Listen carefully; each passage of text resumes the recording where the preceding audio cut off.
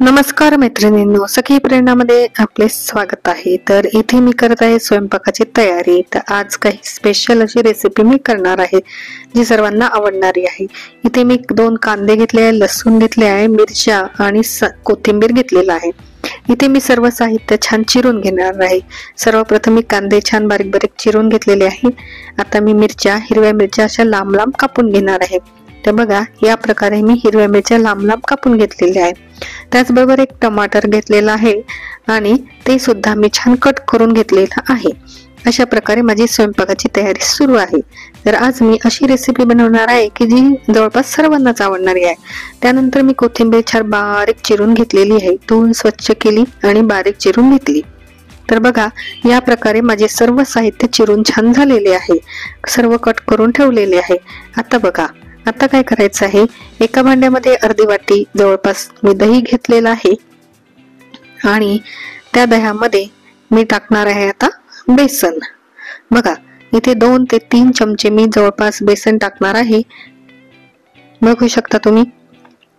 तुम्हाला वाटत असेल की कदाचित मी कढी करेल, पण नाही, ही एक वेगळी रेसिपी आहे। बघा तर खरी। बघा, दह्यामध्ये मी बेसन छान फेटून घेत आहे।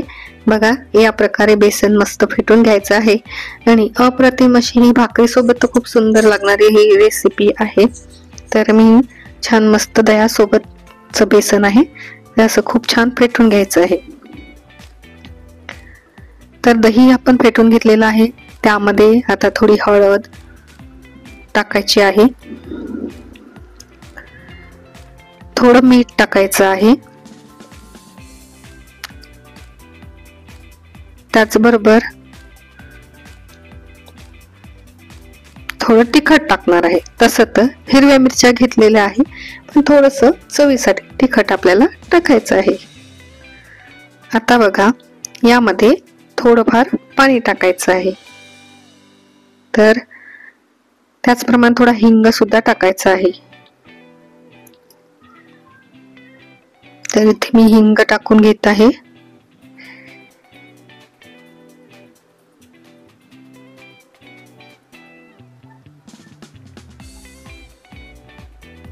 सर्व साहित्य पुन्हा एकदा चांगल्या प्रकारे छान फिरवून फेटून घ्यायचं आहे। तर या प्रकारे मी सर्व साहित्य फेटून घेत आहे।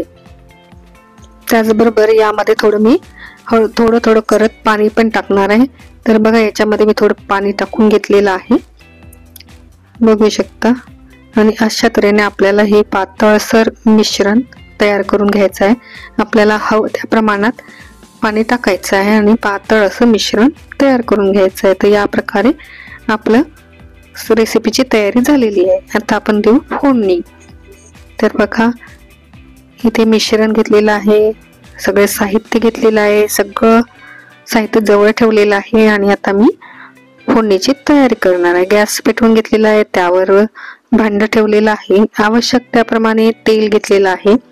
आपल्याला हवं त्या प्रमाणात तेल घ्यायचं आहे। ते मी जवळपास 2 चमचे इतकं तेल घेतलेलं आहे। त्यानंतर त्यामध्ये छान मोहरी टाकलेली आहे। मोहरी तडतडली की त्यामध्ये कांदा टाकत आहे। कांदा टाकल्यानंतर आपल्याला मिरच्या सुद्धा यामध्ये टाकून घ्यायच्या आहेत। तर बघा, मी इथे कांदा टाकून घेतलेला आहे। त्यानंतर भरपूर अशा हिरव्या मिरच्या टाकलेल्या आहे, लांब चिरलेल्या मिरच्या सुद्धा टाकून घेतलेल्या आहे आणि छान मस्त त्याला फिरवून घ्यायचं आहे। तेलामध्ये सगळे साहित्य हे चांगल्या प्रकारे भाजले गेले पाहिजे। यानुसार हे सर्व साहित्य तेलामध्ये मस्त फ्राय होत आहे। त्याचबरोबर मी लसूण टाकलेला आहे, ठेचलेला लसूण टाकलेला आहे। त्यानंतर आता मी टोमॅटो याच्यामध्ये टाकत आहे। तर टोमॅटो टाकल्यानंतर सुद्धा याला छान तेलामध्ये चांगलं टमाटर, कांदा, मिरची, लसूण सर्व साहित्य छान एकजीव असं फिरवून घ्यायचं आहे। तेलामध्ये अगदी फ्राय करायचं आहे, फ्राईड करायचं आहे।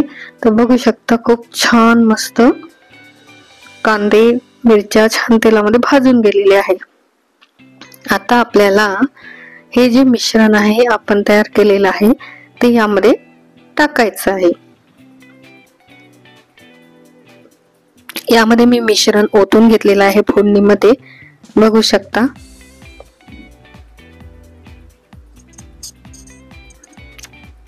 त्याचबरोबर आपल्याला हवं त्या प्रमाणात थोडं थोडं करून पाणी पण यामध्ये टाकायचं आहे आणि सर्व मिश्रण छान ढवळून घ्यायचं आहे।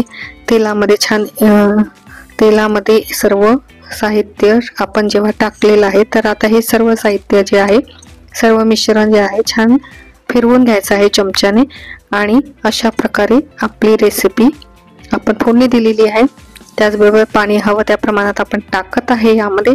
आता यावर आपल्याला झाकण ठेवून द्यायचं आहे आणि थोडा वेळ 10 ते 15 मिनिटं, जवळपास 20 मिनिटं शिजू द्यायचं आहे. तर बघा 20 मिनिटानंतर बघू शकता किती छान मस्त याला अशी उकळी आल्यासारखी छान मस्त शिजलेलं आहे. तर मी काय बनवलेलं आहे, तर मी बनवलेलं आहे दह्यातलं बेसन. दह्यातलं बेसन ही अगदी आमच्या आवडीची रेसिपी आहे आणि गरमागरम दह्यातली बेसन ही भाकरीसोबत अप्रतिम लागते. आता यावर मी मस्त हिरवीगार अशी कोथिंबीर टाकलेली आहे. गरमागरम बेसनांमध्ये हिरवीगार कोथिंबीर म्हणजे अप्रतिमच लागते. तर बघू शकता बेसन मस्त पातळसर छान मस्त आंबट असं बेसन तयार झालेलं आहे. पिठलं, याला पिठलं सुद्धा म्हणतात काही जण. तर बघा दह्यातलं हे अप्रतिम असं बेसन. बघा इथे मी तुम्हाला सर्व करून दाखवत आहे, किती अप्रतिम झालेलं आहे. आणि आमच्या घरी आमच्या सासूबाईंना तर ही रेसिपी, हे बेसन खूपच आवडतं. त्यांच्या आवडीचीच ही रेसिपी आहे जी आज मी तुम्हाला दाखवलेली आहे. आणि अशा प्रकारे तुम्हाला आजचा हा व्हिडिओ रेसिपीचा नक्कीच आवडलेला असेल. आवडला असल्यास लाईक, शेअर आणि सबस्क्राईब जरूर करा. आणि व्हिडिओ पूर्ण बघितल्याबद्दल खूप खूप धन्यवाद. Thank you very much. अशाच नवनवीन रेसिपीसाठी मला मार्गदर्शन करा. धन्यवाद.